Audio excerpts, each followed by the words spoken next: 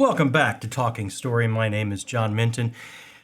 Today's review is going to be kind of like a big, sloppy love letter to some booktubers that I owe a major thank you to. I initially saw this cover in the bookstore with the red wings on it and heard something about it, was kind of interested enough to pick it up and look at it at the bookstore, and heard some things, and it's like, it sounds YA, sounds like a retread of Hunger Games. I just don't think I'm interested. Recently, listening to some booktubers, I decided this is something I need to go back to and check out. And boy, were they 100% right. This is not YA, except it takes some tropes from it, possibly to deconstruct it.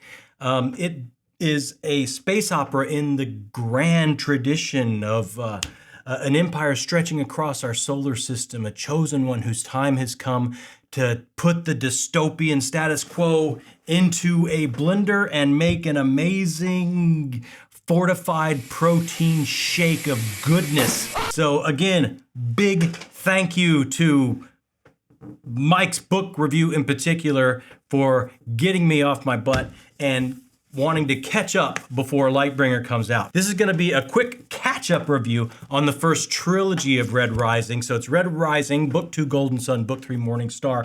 I'm going to get all of these together just as kind of a catch-up, because honestly, I'm way behind the curve. Everybody's heard these reviews, seen these reviews, they know these books. I just want to kind of mark time for my own self of my reading and put this out there and my own personal perspective on it. My reviews, again, work on a classic 5-star system. So I'm going to have 5 categories: world building, plot, character, pace, and prose. Each of those categories will get anywhere from a 1/4 star to a full star. And then we're going to add all that up. Let's start with world building.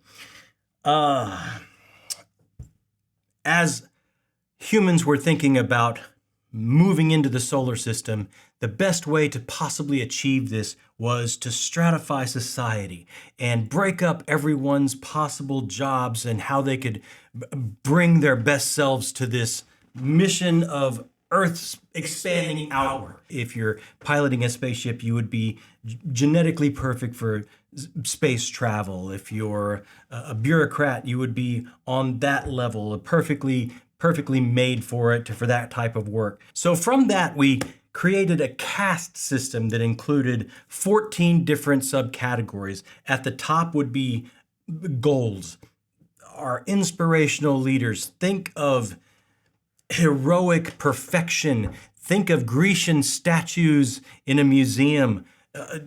Perfect muscular marble examples of what we should all aspire to be. All the way down to the Reds. The Reds, menial labor, basically slave labor. Now, what happened after this is what was called the Conquering, where the moon declared its independence, tried to break away, and those conquerors kind of even more stratified and carved into stone these 14 categories. So how brutal could this possible system be?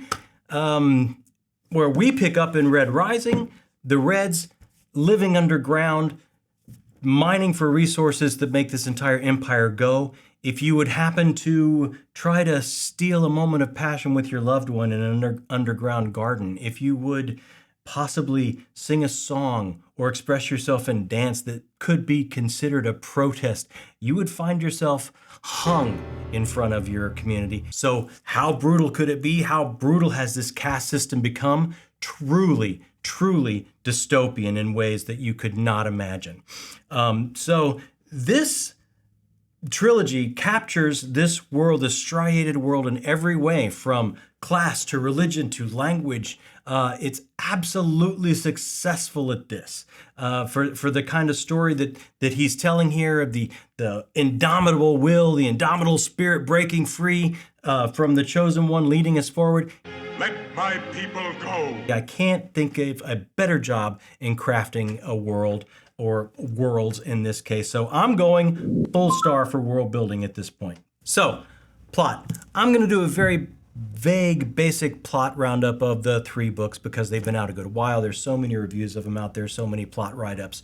Book 1, our main character, Darrow, sees his lovely wife executed. He protests as well. He's executed as well. Doesn't take.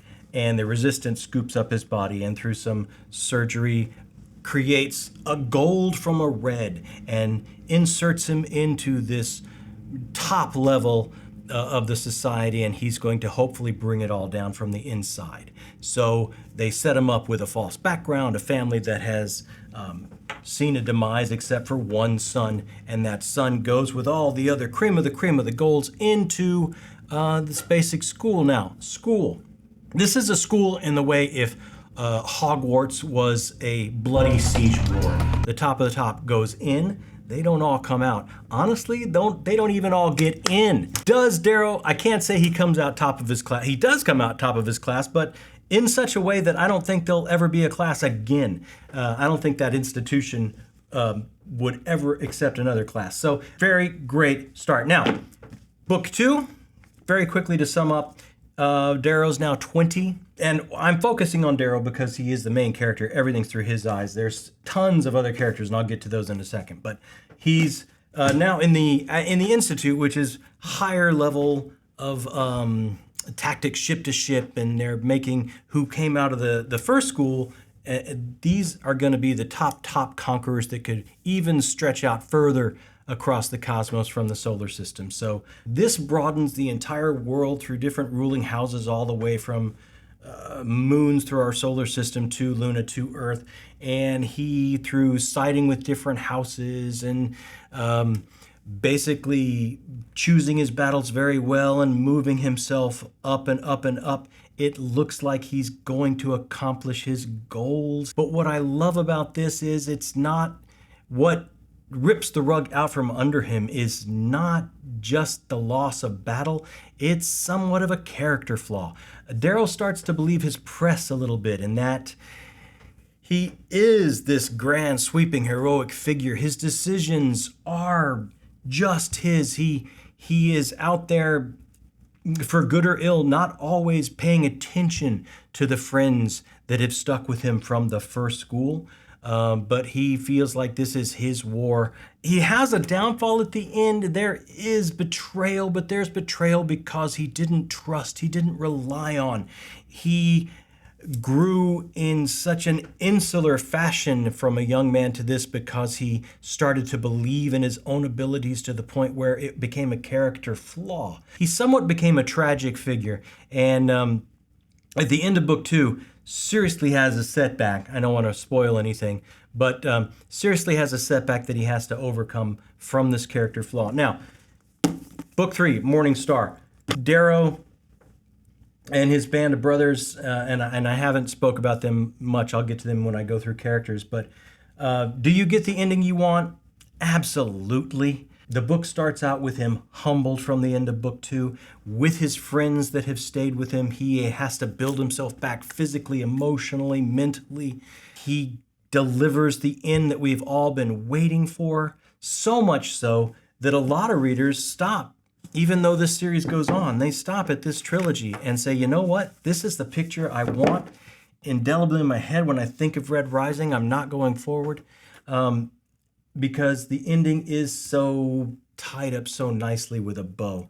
But to get there, he does have to go through hell. Basically, what I love about it is at the end, now not to say there are not battles, there absolutely are, but at the ending, he has to use a good bit of his friends and the lessons he learned from book 2 and guile, not just brawn, to set himself up to win at the end. So look, for plot overall, what I do like about this is it's very well plotted from step to step to step. There's never a moment when you have to go back and go, wait a minute, how did I get here? How did these characters go from here to here? Everything is so well laid out and followed that it's just a perfect progression in that Aristotelian arc that you will completely go along for and buy into.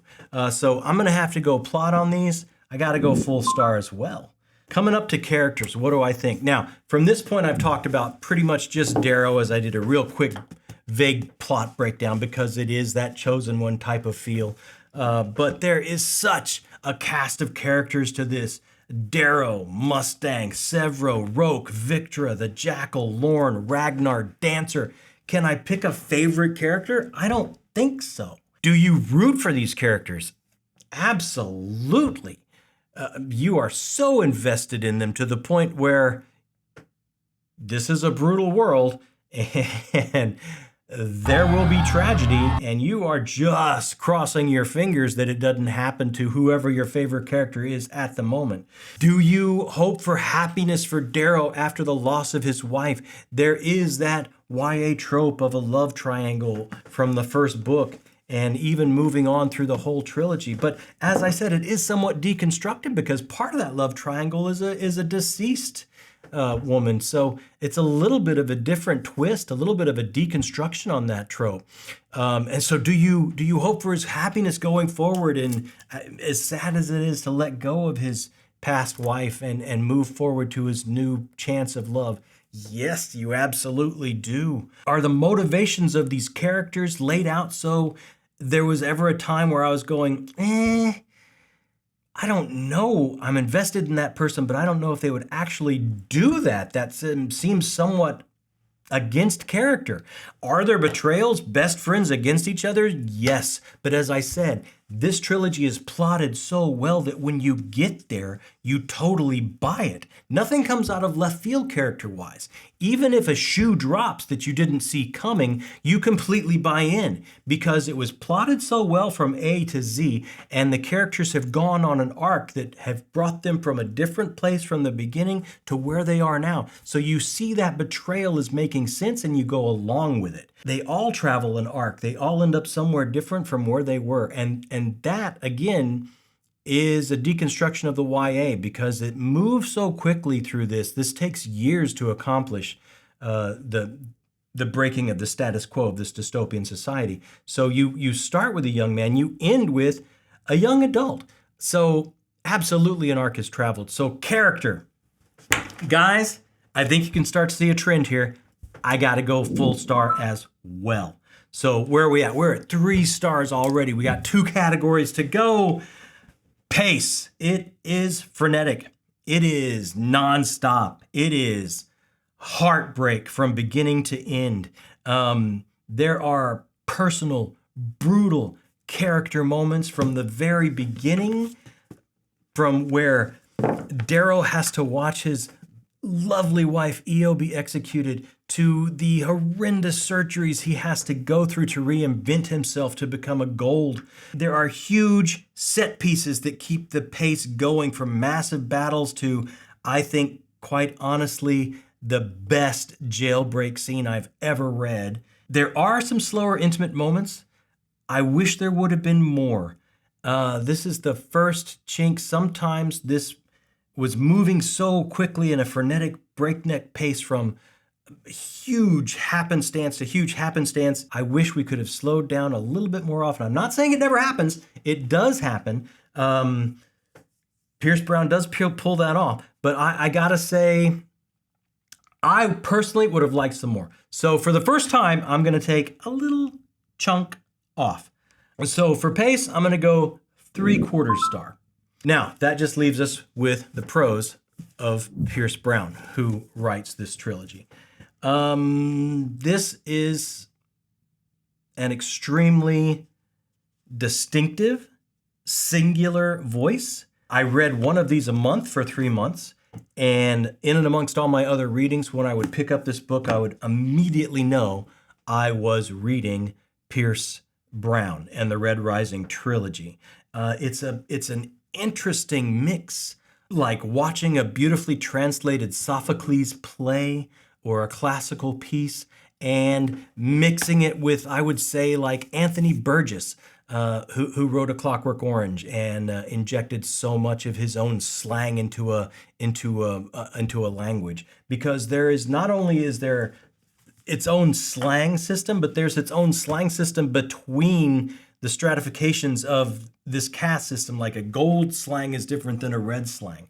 So you've got like like a high-handed classical feel that gives you a time and place in the sweeping breadth of this perfect Roman personification of this society, as well as like a slang from where language has gone from our present day to this modern day. So it's such the one other thing that I would say is that it is all first person. It is all from Darrow's perspective. And where that hamstrings Pierce Brown a little bit is there are a few times through this trilogy where someone will come in and say, oh my God, this just happened. And if Darrow wasn't there for it, we don't get to live through it. So there are things that happen in this resistance movement of taking back the society that we miss because it is a first person narrative and we stick strictly with where Darrow is. Now, most of the time this works out. There are a few times while I was reading this, I was like, oh, wow, I heard about that. Almost like if you're reading a comic in the gutter between the panels or off screen of a movie. And I was like, wow, I would have loved to have seen that. So I'm going to take a little bit off here, but I can't take much.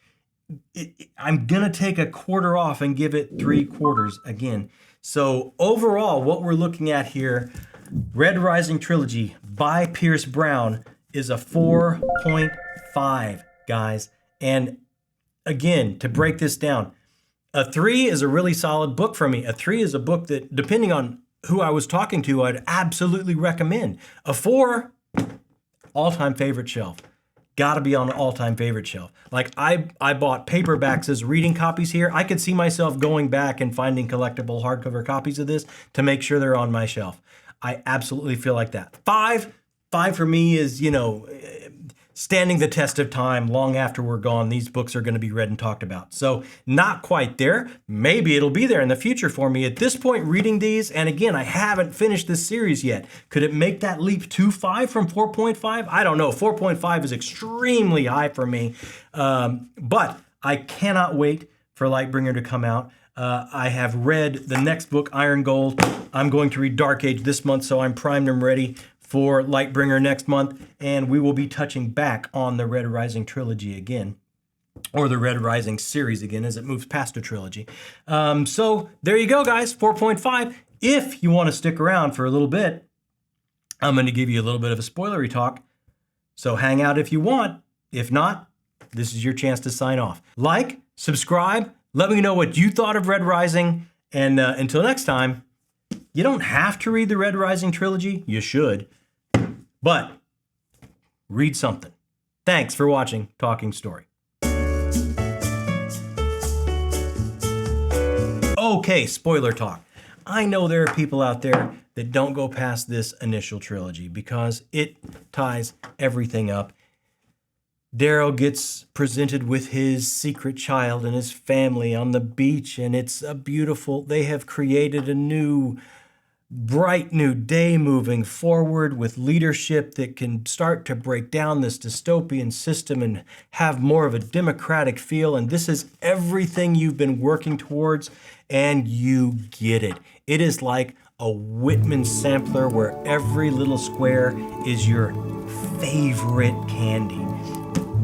But you have to go forward because what you get at the end of this, it was everything I wanted. But there was that little voice in the back of my head that said, oh, this is all going to end in tears.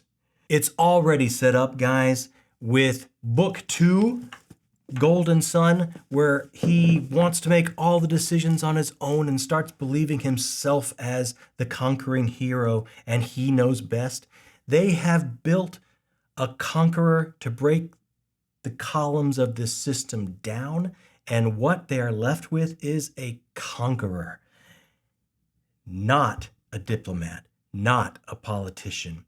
And even though I was happy with this ending, I knew there was another shoe to drop, and I was so there for it, and I recommend you get in there for it as well. It is so good going forward, guys. So if you can at all, if you haven't yet, grab Iron Gold, grab Dark Age, because I haven't read Dark Age yet, but absolutely it broadens and makes this such an amazing story and have so much more emotional breadth and depth than this trilogy even is able to capture. That's my thoughts. What are yours? Like, subscribe, let me know. Thanks so much for joining me on Talking Story.